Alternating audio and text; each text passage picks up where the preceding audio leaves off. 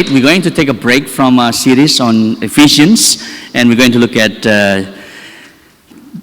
the book of Acts, chapter 8, 1 to 8. Here is the word of the Lord.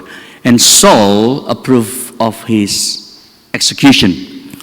And there arose on that day a great persecution against the church in Jerusalem, and they were all scattered throughout the regions of Judea and Samaria, except the apostles. Devout men buried Stephen and made great lamentation over him. But Saul was ravaging the church, and entering house after house, he dragged off men and women and committed them to prison. Now those who were scattered went about preaching the word. Philip went down to the city of Samaria and proclaimed to them the Christ. And the crowds with one accord paid attention to what was being said by Philip when they heard him and saw the signs that he did. For unclean spirits, crying out with a loud voice, came out of many who had them. And many who were paralyzed or lame were healed. So there was much joy in that city. The word of the Lord. Please be seated. Friends, I would like you to imagine this. You were at work, and you've been sitting 2 desks away from this guy, your colleague, for 2 years. You know that he's a bit worried about his mortgage because of what's happening around the world, and obviously how that impacts living in Melbourne, in Australia. And you also know that his marriage went through a rough patch earlier this year. In fact, you have covered a few shifts for him. You've gone out with him for many, many meals together. By any normal measure, you are quite close to him. But here's the issue. In those 2 years, he never once heard that you mentioned about Jesus. Not even once. He knows that you are kind, dependable, easy to work with as a colleague. What they do not know is the one thing that actually holds your life together. Now compare that to Acts chapter 8 that we just read. People who just lost their homes, their city, and maybe someone they love, and within days of arriving in a new place, in a new city, total strangers already knew exactly what they believe. And because of that, they became so curious about Jesus. So maybe there is something that we can learn from these believers in the first century. And then we can embrace their lifestyle. So I would like to look at this text from 3 simple angles, 3 simple points. The first one is scattered by God, scattered to the city, and scattered for joy. So let's look at the first 4 forces. Scattered by God. You know, Jesus' last word before he left the earth, obviously with the Great Commission. Go and make disciples of all nations, baptizing them, and so on and so forth. Now, he said those words to 11 men. Between 2 and 5 years later, as short as 5 years later, the Great Commission, however, is not carried out by these 11 apostles. It was carried out by a lot of people, by scattered, frightened, grieving believers, men and women with no title, no strategic plan, but simply people who would not shut up about Jesus wherever persecution pushed them. So friends, the tipping point of the church missional movement was the death of Stephen. So when you read, and Saul approved of his execution, that's the execution of Stephen, the first Christian martyr. Do you know how he died? He was stoned. So it's not an instant death, it was a slow death. He was stoned to death just because he was preaching the gospel. Now Saul, before he became the Apostle Paul, Saul was standing right there giving his approval. And something about that scene that he saw, something that he saw in Stephen actually radicalized Saul. By verse 3, if you read there, Saul was ravaging the church. He was leading a citywide manhunt trying to destroy the church. Now, Dr. Luke, who wrote this letter, he chose this word carefully. He said, Saul was ravaging the church. Now, the word ravaging translates a Greek word that is used elsewhere in ancient writing to describe a body torn apart by a wild animal, like a lion or a wolf. You see, the text does not say Saul was disagreeing with the church. What it says is Saul was tearing apart the church, one person at a time. His mission was only one: to terminate this movement, so-called Christianity, or the way of the Lord. So this was the first time that the whole congregation, the whole Christian believers were undergoing persecution. Look at verse 1 again. And there arose on that day a great persecution against the church in Jerusalem, for reasons that we can only speculate. It says there, they were all scattered throughout the regions of Judea and Samaria, except the apostles. So we do not know why the apostles stayed in Jerusalem, and the rest of the people were scattered around those different areas. So the apostles were like the church's formal leaders, the clergy, if you like, the professional ministers. They stay put in Jerusalem, probably underground, right? So verse 4, and this is the key verse in the entire passage that we read today. Now those who were scattered went about preaching the word. So verse 4 tells us that those who carried the gospel into Judea and Samaria was actually ordinary believers. Not the apostles, not the elders, not the professionals, not a group of men and women who were trained in evangelism. These were just ordinary, in fact, unnamed believers who could not stop talking about Jesus wherever they were.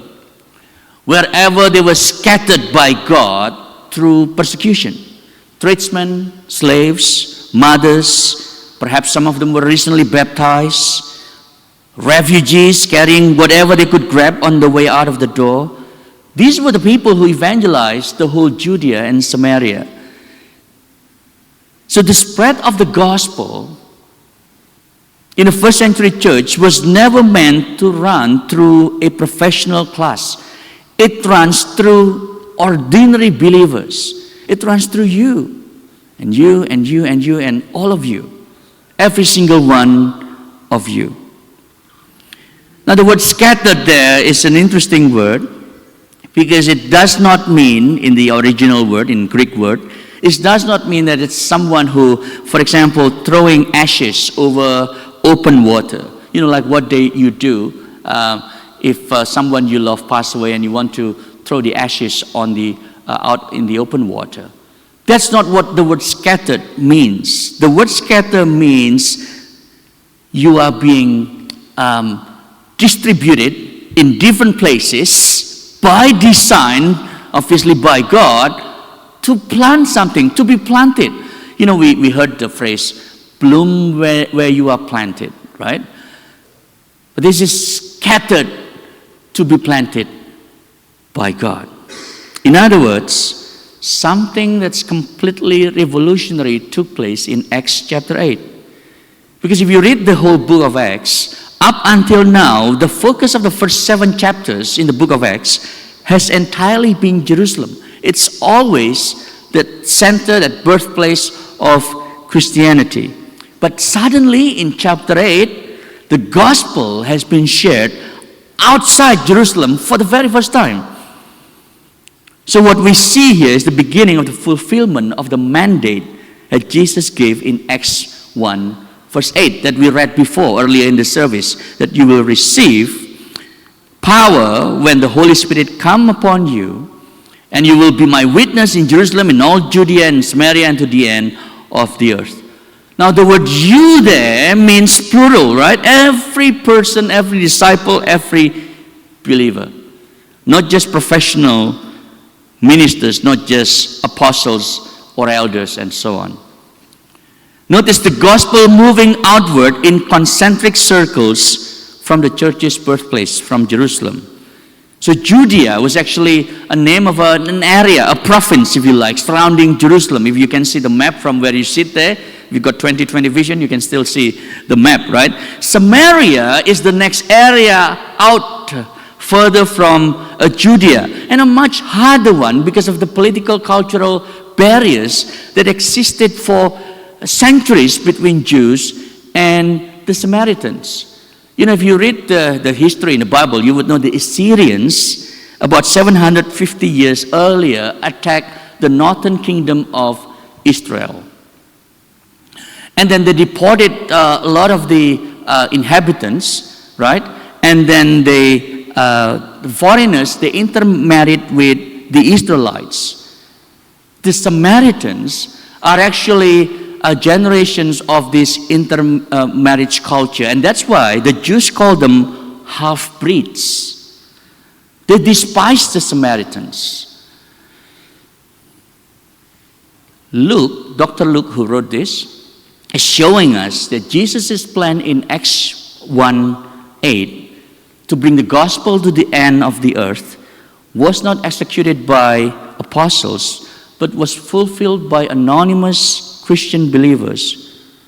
Without being trained, without being told to, they just walk straight into this area called Samaria, whom they know have had some political, cultural contempt with the Jews, but they did not care. They just went there and preached the word. Now, let me tell you a little bit about the word preaching. Because you thought, really? They actually started a church there and preached about the gospel? That's not the case there. So this is a bit one of those unfortunate things that the Bible translator actually used the word preaching, because I think the word should not be preaching, but the word should be gospeling the gospel. That's what the word, that Greek word there, euangelion or euangelisomai, right? They went about one town to the next to gospel the gospel. Some commentator put it like this: to gossip about the gospel. To gossip about the gospel, not in the sense of bad-mouthing someone, but to speak to one person to the next about what they believe in. From person to person, the gospel truth is passed on. The same way you tell your friend about a new restaurant. You know how excited, if you are a foodie, right? You found this new joint and you're so amazed by the quality of the food there, the meals that you had, right? You tell your friend, do you know about this new Italian joint? Man, they made this great prosciutto panini, just like the one in Florence. You should check this out, man. This is amazing. You know, our eyes are just so big. We are so enthused to tell our friend about this new place that we just found. That's basically what they did. You know, we were persecuted. We had to move from our city. We lost everything. But this is all worth it because of Jesus of Nazareth. He died for our sins and He was raised on the third day. That's basically what He said. And He could not stop talking about Jesus. See, friends, before in Jerusalem, these ordinary unnamed believers, they had heard the preaching from the apostles, the gifted leaders.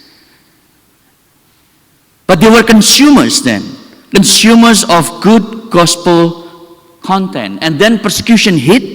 And then what happened? The gospel itself being worked out into everyday life by everyday people with no platform. The consumers became producers. They now delivered the good news.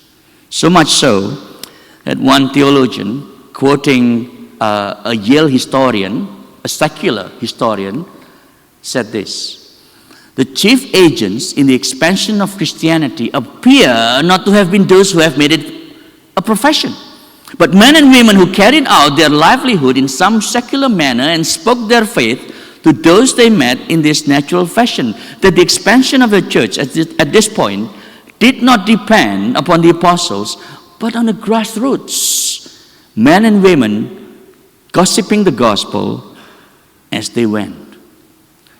Friends, they left Jerusalem not as refugees, but as missionaries. Why? Because the love of Christ compelled them. That's how Paul put it in 2 Corinthians 5:14. The love of Christ compelled us to share about our life experience. And if you read the whole book of Acts, by chapter 11:19, this gospeling the gospel has reached Phoenicia, Cyprus, Antioch, carried the whole way by these ordinary believers. So summary, up to this point, God used persecution, God used difficulties in our lives to turn His church into a movement where every believer is a missionary.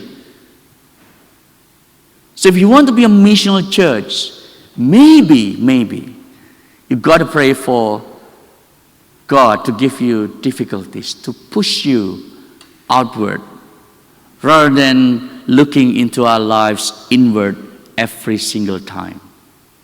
So sometimes that's what it needs, especially in places like here in Melbourne, where comfort is our number one idol. God has to shake us off and then get us out of our cocoon, out of our comfort zone, and then we become missionaries like these first century believers. So God has scattered them. Second point, they were scattered to the city. So in verse 5, we met this new name, Philip. He went down to the city of Samaria and proclaimed to them the Christ. Now it'd be easy to then understand this as, okay, here is the real minister showing up, the gifted one. But if that's what you understand this verse, then that would undo everything that the verse prior to this just told us. Philip is not an apostle. He's not clergy in any sense of the first century apostle, right? He is one of the 7 people chosen in Acts chapter 6 alongside Stephen, that first Christian martyr who was stoned to death, to do that practical, unglamorous job of distributing food for widows. You can read that in Acts chapter 6. He is simply one of those scattered people. Now, Dr. Luke, who's writing this letter, basically just gave a case in point. So do you want to know the kind of ordinary believers who gospeling the gospel? This is a case in point, Philip. Now obviously he used the word proclaim, which is again a different word. This is a more formal declaration of the gospel, right? But it's evident that when someone has been scattered, they simply keep going like Philip, talking about Jesus. Now what I want you to pay attention now is the city there.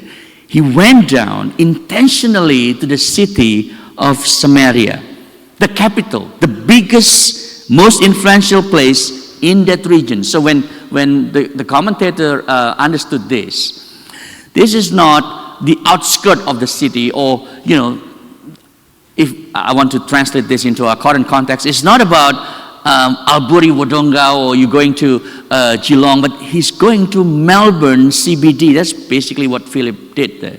He went to the center of the city.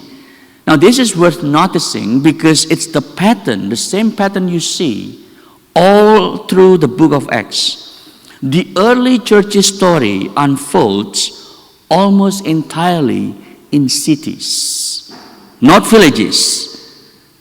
Christians were so focused on cities all during the first 2 or 3 centuries of the history of the church. So much so that by the year 300 AD, over half of the population of the Greco-Roman cities, they were converted to Christianity. They were converted to Jesus. The countryside was still pagan, but people in the city, they became Christians. And you know what? Because the city influenced the villages, not the other way around, these Christians then influenced people living in the villages. The same pattern was seen in missionary journeys of the Apostle Paul years later. He went to different cities, Antioch, Rome, Corinth, Ephesus, right? He intentionally went to those cities and then planted a church there. And from then on, there are many Christians influencing people living in villages. Why? Because only in those big cities, we found people from different ethnic groups and people groups. So if you want to be a missionary, if you want to be a missional church, you don't really have to go to Bhutan or Iran or, pick a country these days. That's really hard to do an outreach in, right? You don't have to, because in Melbourne, for example, you will see hundreds upon hundreds of nations here. And you can reach these people right in your neighborhood. Every big city like Melbourne was already full of dozens of ethnic groups sharing a common city language. And ordinary Christians like you and I, we have been scattered because many of us, if not all of us, have been migrants, right? And the fact that you are here, you've been scattered by God to this city. Even if you're born here, right? The reason why you're born in this city and the reason that we have so many people from so many different nations here is that so that we can become missionaries to them. Let me tell you a bit of stats this morning. The City of Melbourne local government area, you know how Australia is organized by LGA, local government area. The City of Melbourne, which covers business district, CBD, right, the central business district, but also inner city suburbs like Carlton, Docklands, South Bank, we have 200,000 people in the City of Melbourne. Now this is where it gets more interesting. The CBD itself, where our church is located, has 55,000 people. 55,000, right? Or to be precise, 54,941, according to the latest census. We're going to have another one soon. I bet the number has gone up because we are now the biggest city in the country, right? But do you know that around 70% of its residents in the Melbourne CBD, they were born overseas? Is that a sign for me to stop the sermon? China, India, Malaysia, Indonesia, Thailand, South Korea. 44% are in the age bracket of 20 to 29. They are young, like you, right? These are people your age, a bit younger than my age, but people your age, right? They are around us. They live perhaps in the same building as we do, right? So what are we going to do with these people? See, the best strategy to reach them for Christ is to do exactly the same as these nameless believers did in the first century. Keep talking about Jesus in the ordinary flow of the ordinary life, about the ordinary fact that Jesus has changed you.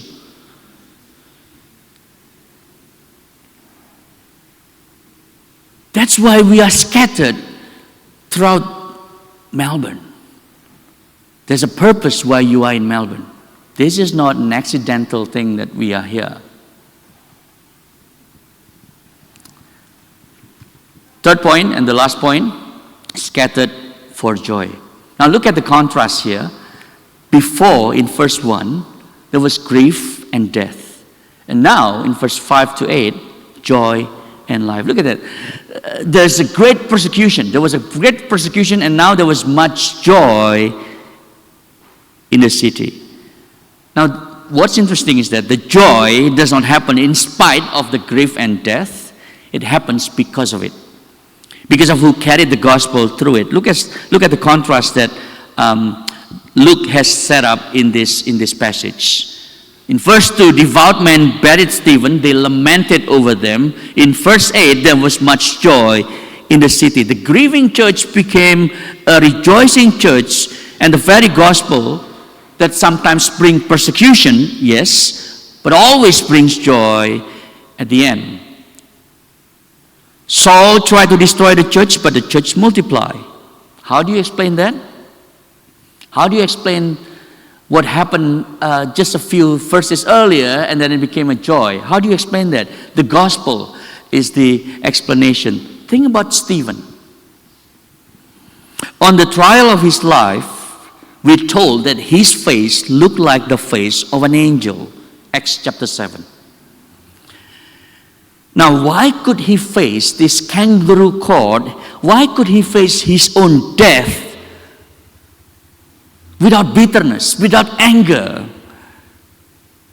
Because right before he died, Acts chapter 7, verse 56, wrote this. Behold, I see the heavens open and the Son of Man standing at the right hand of God. He was looking at somebody.